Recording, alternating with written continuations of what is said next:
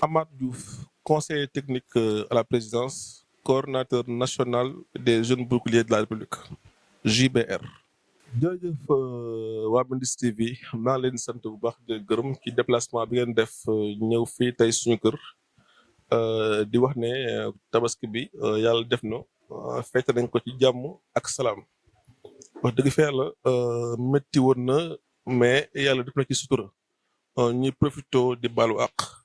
ñëpp ñi nga xam ne ñoom la ñu bokkal diina l'islam bi di baalu àq ñëpp suñuy xarit suñuy dëkkandoo di baalu àq ñëpp di ñaan yàlla ñu fekkee ko ay déwéni di wax ne nag ñun en ce qui nous concerne en tant que homme politique aussi li ñu warloo ak population bi def nañ ko maanaam li ñu yàlla may mu néew mu bëri fexe nañ tuuba bokk ak population bi man yàlla def na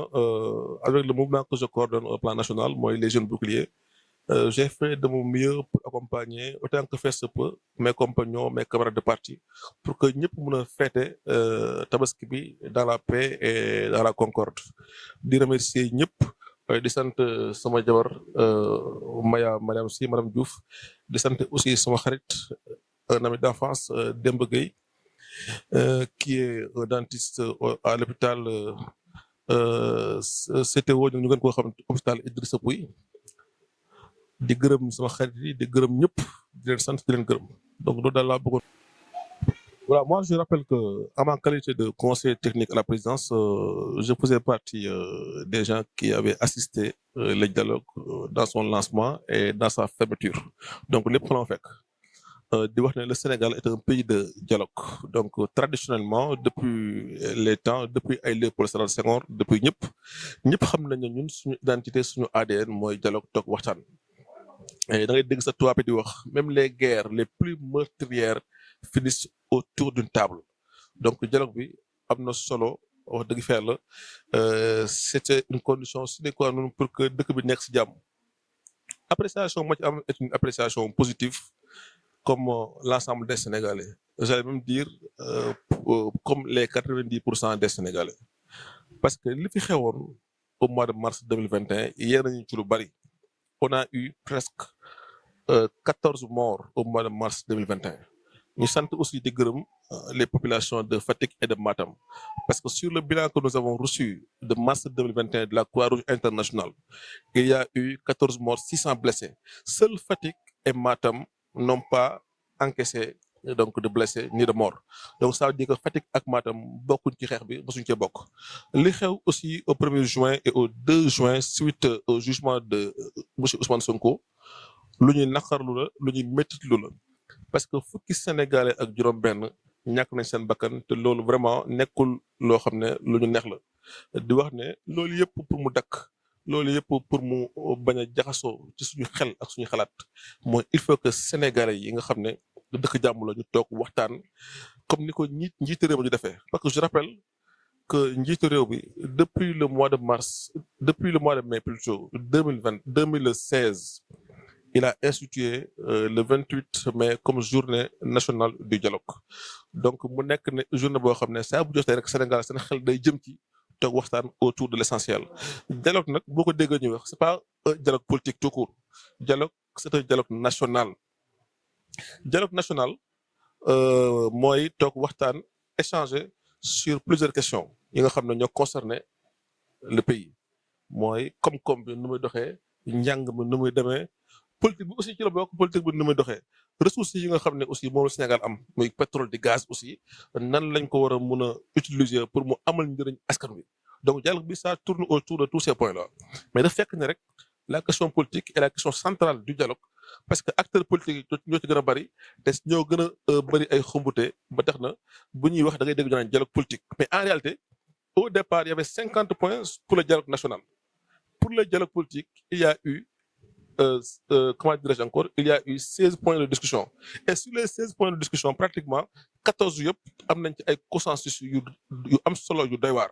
lu mel ni question bi nga xam ne moom mooy dem ci élection bi wax nañ ne léegi mënatul passer 30 millions parrainage bi aussi mu nekkoon un barrage un filtre boo xam ne acteurs politiques yàgg nañ koo combattre yàgg nañ koo xeex bëri na coow loolu aussi am nañ ci consensus léegi au lieu que muy nekk 1%, léegi de 0, entre 0,6 et 0,8 maanaam 53 000 la jóge ñëw ci 45 000 bu amee 45 000 tu peux avoir maintenant tu peux être parrainé tu peux réussir le parrainage. am na aussi lu ci waxtaan ci parrainage bi mooy quand tu as 13 députés aussi tu peux être parrainé par 13 députés donc yooyu yëpp c'est les avancées yoo xam ne dialogue bi moo ko génne comme ni mu génnee woon dialogue bu njëkk ba ni mu génnee woon élection maire ñu voté ko directement au départ ñu voté maire bi ñu xam kat mooy maire avant ñu commencé donc loolu yëpp c'est les avancées dialogue bi aussi génne na ay yeneen consensus yu bare ci wàllu doxalinu politique bi donc moo tax am na solo ñu ngi koy apprécier positivement di remercier également son excellence le président Macky Sall pour ces belles initiatives ne serait-ce que pour la stabilité de notre cher pays le Sénégal. Moi je pense que le dialogue a déjà décrispé la tension politique au Sénégal parce que déjà dialogue bi nous a permis wax naa ko léegi d'avoir des consensus forts te limal naa la les consensus quelques points des consensus et loolu lu am solo la et lu soxaloon acteurs politiques yi la. Maintenant am na point aussi boo xam ne ñu ngi koy coow te président wax na ci lu leer parce que man wax naa la léegi j'ai eu la chance d'être là-bas sur la question de la candidature du président sortant aussi nga xam ne mooy le focus le point essentiel bi nga xam ne mooy attiser tous les débats sur ce point là aussi wax nañ ci lu am solo te bëgguma mu am confusion par rapport ak dégg-dégg bi li ñu wax dafa leer ci dialogue bi nee nañu ce point là sera renvoyé à la constitution et non au conseil constitutionnel. C'est pas la même chose. C'est un point qui est renvoyé à la Constitution. La Constitution, c'est la Bible de notre pays. Beaucoup avec le Conseil constitutionnel. Donc que ça soit très clair, parce qu'il y a nuance et il y a confusion. Madame, dañuy bàyyi Constitution bi doxal liggéeyam li Constitution bi wax ci troisième mandat ndax troisième candidature bi war na am wala warta am nañu respecter loolu. Mais on n'a pas renvoyé l'affaire au Conseil constitutionnel. Donc pour dire que vraiment am nañ yaakaar ne comme le Sénégal est un pays de droit gëm nañ ne buñ fa yeggee lu constitution bi wax rek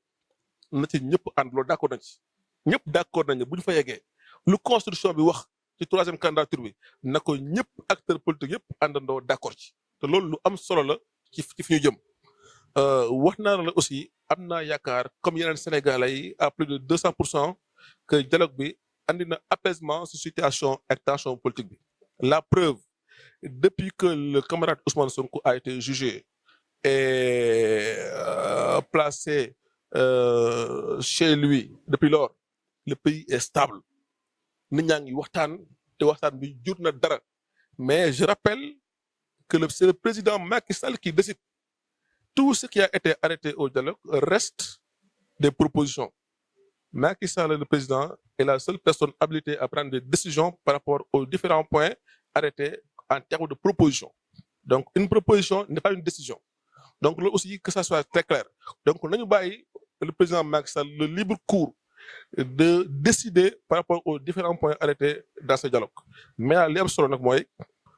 ña fa nekkoon muy des acteurs politiques confirmés am nañu yaakaar ne Khalifa Sall dina bokk ci élection yi di ñëw am nañu yaakaar ne Karim Wade dina bokk ci élection yi di ñëw parce que l'article 28 et l'article 29 yëpp dañuy subir ay modifications. Maintenant ce qu'il y a lieu de faire maintenant après la décision du président il faut travailler à accélérer la procédure comme l'a dit le président en procédure d'urgence que ces documents-là puissent accéder à l'Assemblée nationale pour qu'on puisse voter ces lois très rapidement que loolu mën a nekk en harmonie avec les lois et règlements de notre pays pour que véritablement aux élections présidentielles de 2024 que Khalifa Sall soit candidat que Macky Sall soit candidat que tout le monde ñu war a nekk candidat mais nag ku warul nekk candidat mënoo nekk candidat. Je rappelle également que le dialogue permettre na également que ñu waxtaan sur comment libérer ñi nga xam ne jàpp nañu nekk ay prisonniers par rapport à ce combat. Je rappelle aussi que ñi ñu jàpp les 500 personnes ñi ñu jàpp daf ci am ñoo xam ne c'est des élèves waxtaan nañu ak ñoom amuñu 14 ans libéré nañu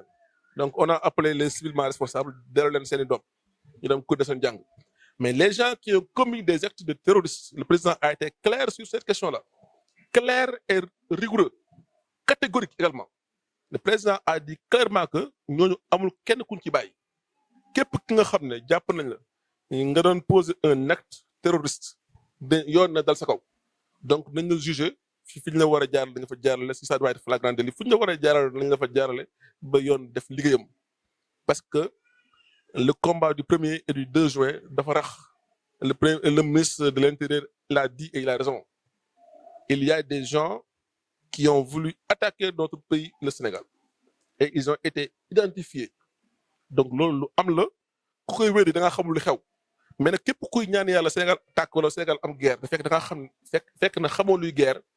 xamoo luy dëkk bu instable ku may di loolu na nga ko laaj waa Mali mbaa nga laaj ko waa Burkina Faso mbaa nga laaj ko yeneen dëkk yu ñu wër le Sénégal est un grand pays, un pays de paix, un pays paisible kenn mënu koo yàq donc je rappelle pour terminer sur ce point-là que le dialogue a permis vraiment d'avoir un apaisement. La preuve, la Tabaski, les gens l'ont passé dans les conditions les meilleures. ñëpp a ngi si jàmm xar yi bari nañu 300,000 xar ñëw na ci Sénégal ñëpp ku bëgg am xar am nga xar Tabaski nañ ko ci jàmm coow amul bal tàkkul saxar xeeñul dëkk bi neex na ñu ngi sant yàlla di gërëm le président Macky Sall bi nga xam ne yàlla dogal na mu ngi actuellement màkk di aji di ñaanal Sénégal pour réew mu jëm kanam. xam nga li nga wax léegi par rapport ak Juan Branco c'est un personnage ordinaire. C'est un personnage ordinaire, c'est un petit avocat qui ne peut pas perturber la quiétude des Sénégalais. Juan Branco n'a même pas un dossier sérieux en France. Yérim Seck l'a dit et il a raison. Juan Branco, c'est pas quelqu'un qui peut perturber la paix ici au Sénégal. Et déjà, il y a une contradiction par rapport à la situation parce que les gens qui sont avec le PASTEF,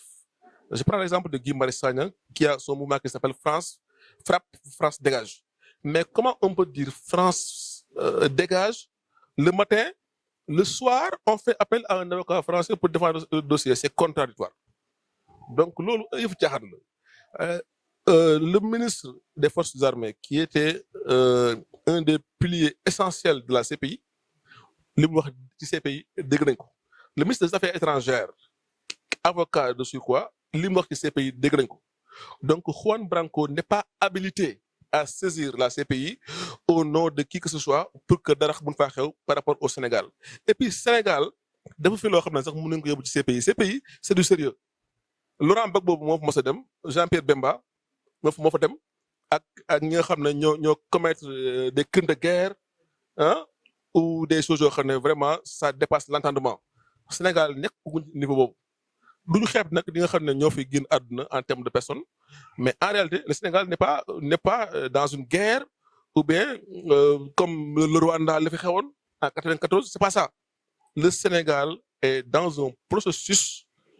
de maturation. C'est un pays en développement d'ici à 2035. Inch'Allah, comme l'a dit certains experts, le Sénégal sera comme le Qatar. Donc nous avons du pétrole et du gaz à explorer. Et je tiens aussi à rappeler que le Sénégal est développé sans le pétrole et le gaz, actuellement. Au moment où je vous parle, le Sénégal est un pays envié par l'ensemble des gens qui nous entourent et des gens qui nous regardent d'en haut. Sant nañ yàlla gërëmee ko le président Macky Sall qui a une vision claire par rapport à comment développer un pays. Donc loolu lu am la lu leer la. Maintenant li ñuy wax foofu mooy Juan Branco, encore une fois, ne peut pas perturber la paix des Sénégalais. Ce qu'il a dit à propos de la CPI, ce n'est que des songes, des balivernes, waxu xale la. Donc loolu duñ ci épiloguer dañuy perdre suñu temps. Juan Branco ne peut pas engager des questions procédurales pour engager le Sénégal contre la CPI. C'est déjà impossible parce qu'il n'est pas habilité à saisir la Cour. li may jeexalee mooy remercier leen sant leen gërëm leen ministre bi par rapport ak li ngeen liggéey ci Fatick ak ci département bi di wax ne waxoon naa ko fi vous êtes une télévision boo xam ne dañu war a accompagner jàppale leen loolu dëgg la wax naa aussi que Fatick nit ñi dañoo war a ànd nekk benn parce que Fatick aussi ñëpp ñun ñoo bokk nekk bàyyi tous les gens là qui font la politique à Fatick tous les responsables ñun ñëpp dañoo am ay jaar-jaar. Soit ñoo bokkoon école yi ñoon jàngee soit ñoo bokk université bi ñu demoon soit ñoo bokk soit ay mbokk lañ Donc nous avons le devoir et l'obligation d'être ensemble, d'échanger à partir du moment où nous avons le même objectif. Donc la démarche ne doit pas poser de problème. Nous sommes tous des gens qui accompagnent le président Macky Sall. Donc l'objectif est un et unique. Donc waruñu mën a am problème dans la démarche. Donc je lance un appel fort à tous les responsables de Fatick que ñun ànd nekk benn liggéey la paix et la main dans la main pour que véritablement ñu mën a jàppale les populations parce que les populations à tout point de vue dañuy soxla suñu appui dañuy soxla suñu ndimbal. Donc suñu nekkul benn